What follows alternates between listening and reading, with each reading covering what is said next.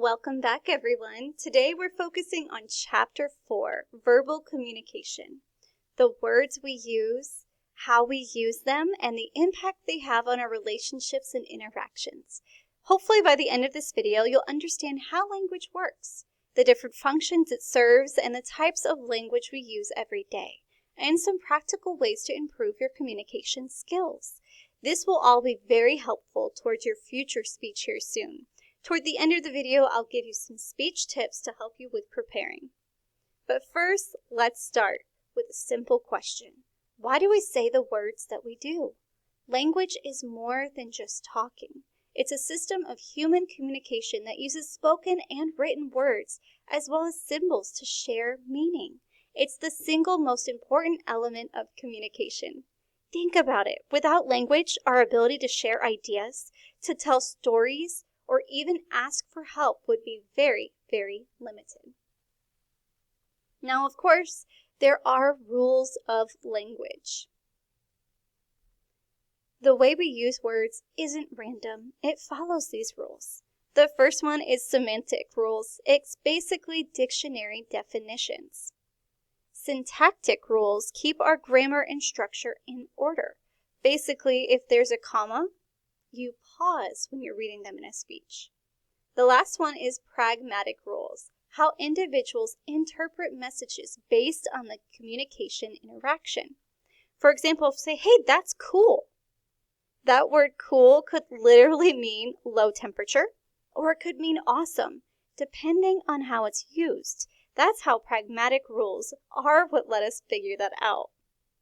Words help create our reality. Here's something powerful. Our words don't just describe reality, they actually help create it. Words reflect our attitudes, shape our perceptions, and even influence how others see us. A compliment like "you're creative" can boost someone's confidence, while a negative label can just as easily tear them down. Language has a real impact. Now, our language here, if you see, in our textbook, it talks about our attitudes and how it's very abstract in the way we use our words. And they like to use this ladder here of abstract to concrete. Now, abstract would be saying things like just information. It means very broad. And then as you give more details to something, as you get to know someone, you give more concrete information. So instead of just saying information, you say information about interpersonal communication. You give it more specifics. Hopefully that helps a little bit. I know the ladder of abstraction can be confusing, but just think of it as you get to know someone, you give more details. Now, sometimes communication goes beyond our words. Meta communication, which is so awesome, is when we talk about the communication itself, or when messages carry hidden meanings. Think about it. If I'm sarcastic, the words may sound one way, but the meaning is the complete opposite.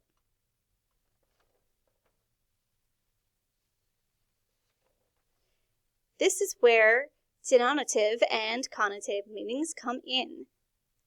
Denotative is the dictionary definition. Connotative is more personal and emotion.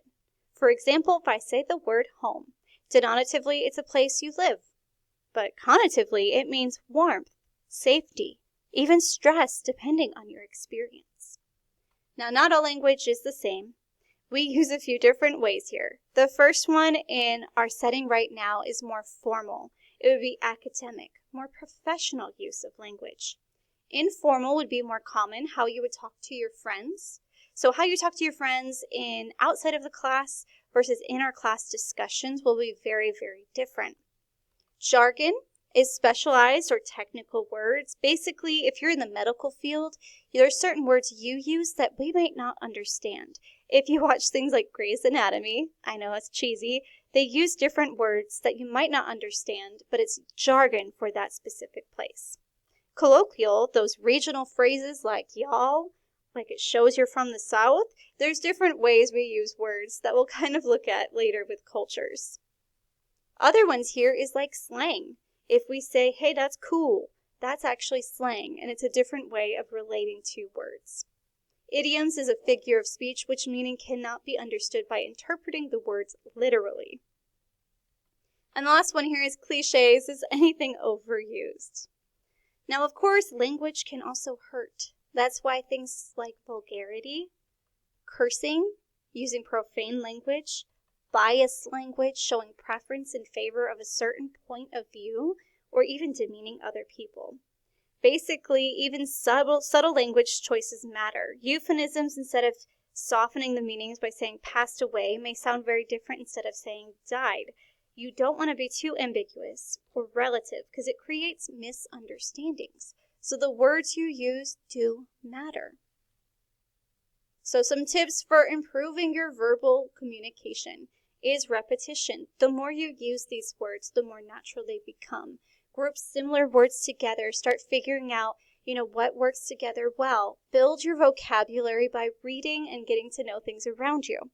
Basically, when you write your speeches, you don't want to use ChatGPT. I know that feels silly, but you want to use words that you regularly use. This is something, and it's very different than a speech versus writing an essay. Now, here are a few tips to help you with your upcoming speeches. Now, you're probably used to reading and writing essays, but speeches are a little bit different. Versus an essay, speeches are only heard that one time by your audience, which means talk a little slower. Make sure they can keep up with what you're saying.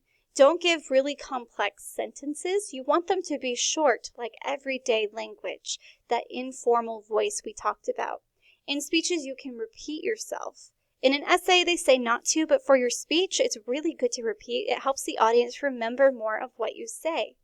In an essay, things are revealed very obviously with headings, and they can see there's a new paragraph. But in a speech, make it more obvious. Say, we're moving on from this point. Make it obvious for your audience. Now, for your speeches, it's important to know that a typical goldfish that you get at Walmart, or what used to be in the Fort Scott Walmart, was about 9 seconds. Versus people on the internet, how long you wait for a web page to load is 8.25 seconds. That means less than a typical goldfish. Our attention span is very short. Our general attention span before we have to move or do something to help wake ourselves up is 5 minutes. Now, this is important because for your speeches, it's very important not to start with, "Hi, my name is." You definitely don't want to do that. You don't want to start with, "Well, my country I chose for this week is." It loses its appeal and it loses your audience. Instead, here are 10 different ways to start your speeches strong. The first one could be a positive statement. Talk with your audience like, "Hey, how's that weather out there? How are you today?" Positive things. You can refer to a current or historical event. Maybe look up some history about your country and talk to historical events to get us interested into knowing what your country is. You could refer to a well-known celebrity from that country of choice. You could refer to a recent conversation you had about this country. Share a story or even an imagined situation. Share a quote. Share a shocking statement. Ask a question to the audience. Ask them, "Has anyone ever had this?" Another one is open with a problem happening in that country, or even just add some humor. Basically, you want to start your speeches strong.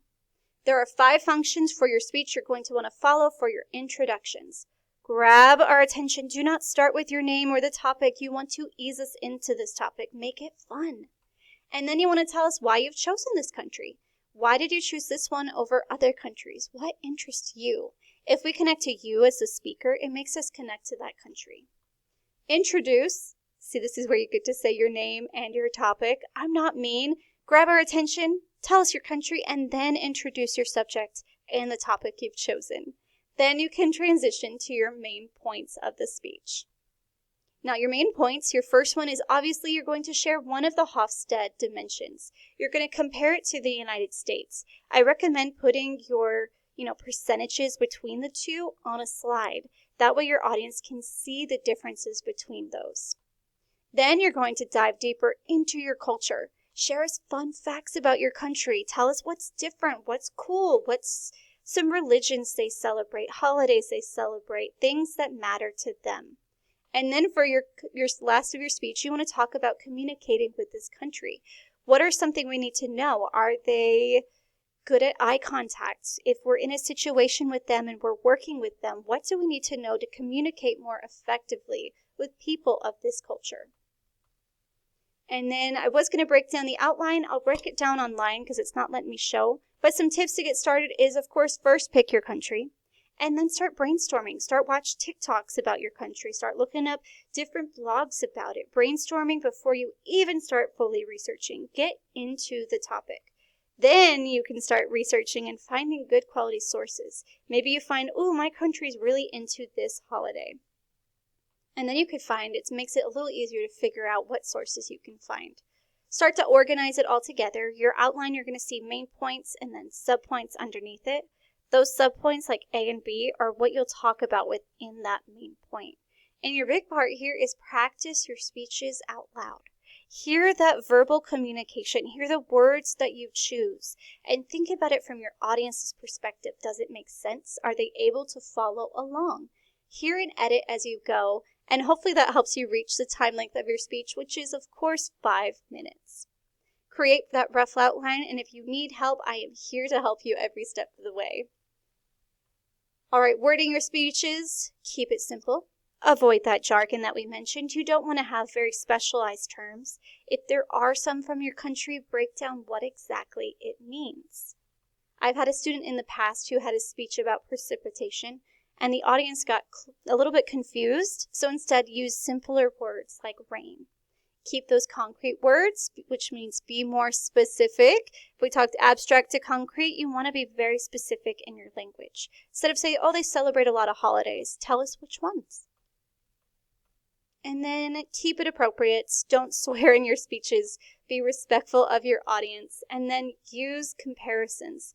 If this country does this, compare it to something we do here in the United States. Help us relate to that country.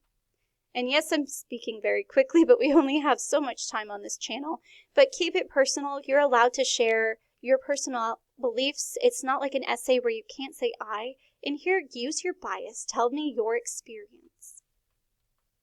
And then, of course, transitions. You're going to want to transition from one point to the next, which basically I like to tell students, when you go from one main point, like Hofstad, and going into that country, you want to give a turn signal to your audience. Be like, okay, we are moving from here to here. We've talked about Hofstad.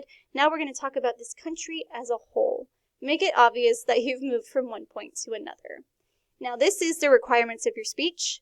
You need to talk about one of the Hofstad dimensions. I recommend the one with the biggest difference in percentages. Give me some fun facts about that country. What's fun? What's something cool they do? What food do they eat? Who's their biggest celebrity? And then apply that all to communication. Why does that matter? Why do we need to know about their eye contact? Do they like to have family things, or is it more individualized? Start your speeches strong. Do not start with your name or the country. Get our attention first. And then use sources to help gather this information. I'm giving one source to help with Hofstad because that's confusing.